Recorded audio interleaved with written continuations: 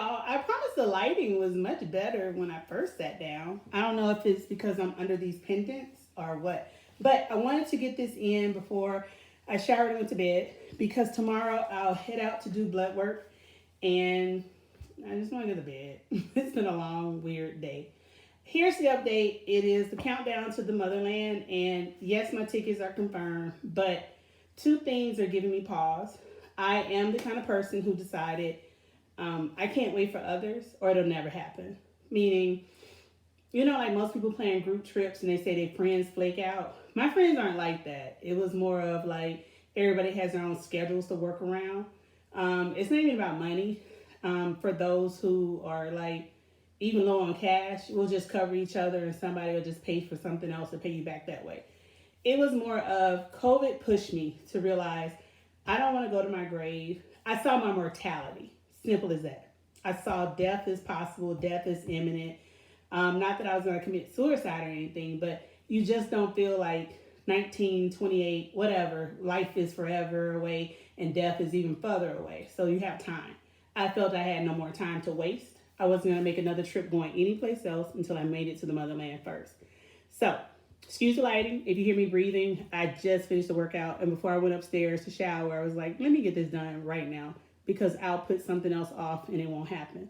I worked later today than I should. I got an alert last night or first thing this morning that the ticket price went down for the time that I wanted to leave, which was 2 p.m. But it didn't. It did not matter. It went down for basic economy, but that has a limit of one bag. I need both bags this time. Excuse me, and it'll cost more on the same return flight. Um, and I can't push out later just yet because you can only book so far in advance, like 300 days. And hopefully, when I'm there and enjoy myself, I can then set my return date a little differently. I will say I'm uneasy enough that I'm going to not rely on a host as heavy as I was eager to do so at first. I really was excited to do so because then that way I don't have to talk as much. My accent doesn't stand out because until I speak, I look like everybody else. But now it's like, I think I'm going to stick with, I'll just go to the hotel. I will meet people and I will be just fine. But to quote my daddy, this ain't no Mickey Mouse trip. Meaning, this ain't some I'm right up the street 2 hours away in Chicago and come on back if it's too bad.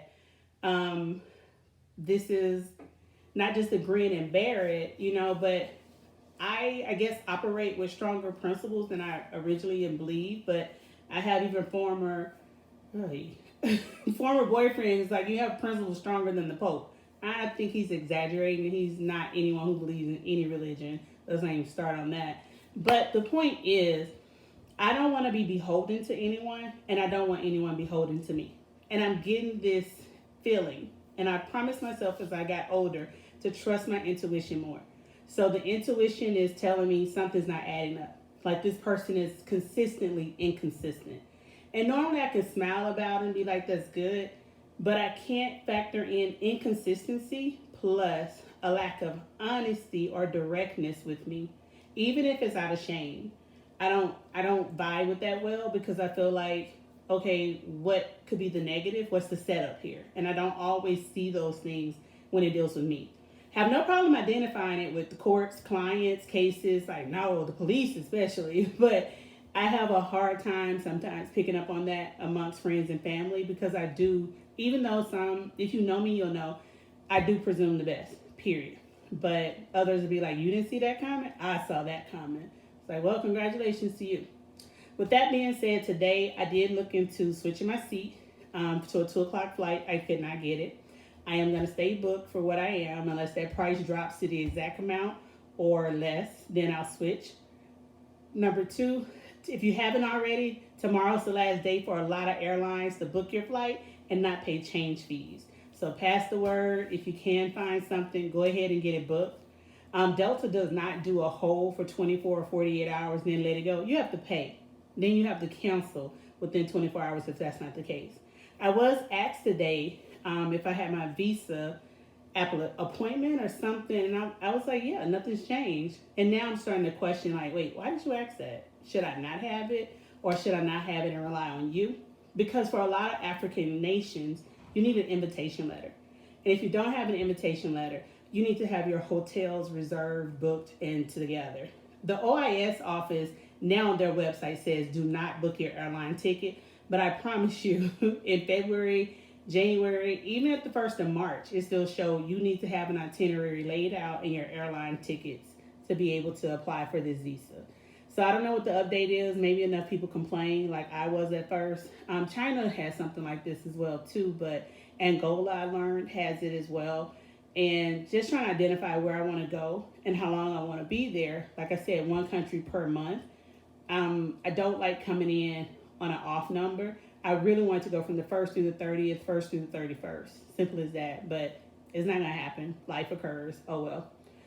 With that, hopefully, as a recap, by the end of the week, maybe this will be a better feeling that has passed, or I'll have some evidence this is not an issue. But for now, I'm booking the hotel. I'm not going to be beholden to anyone.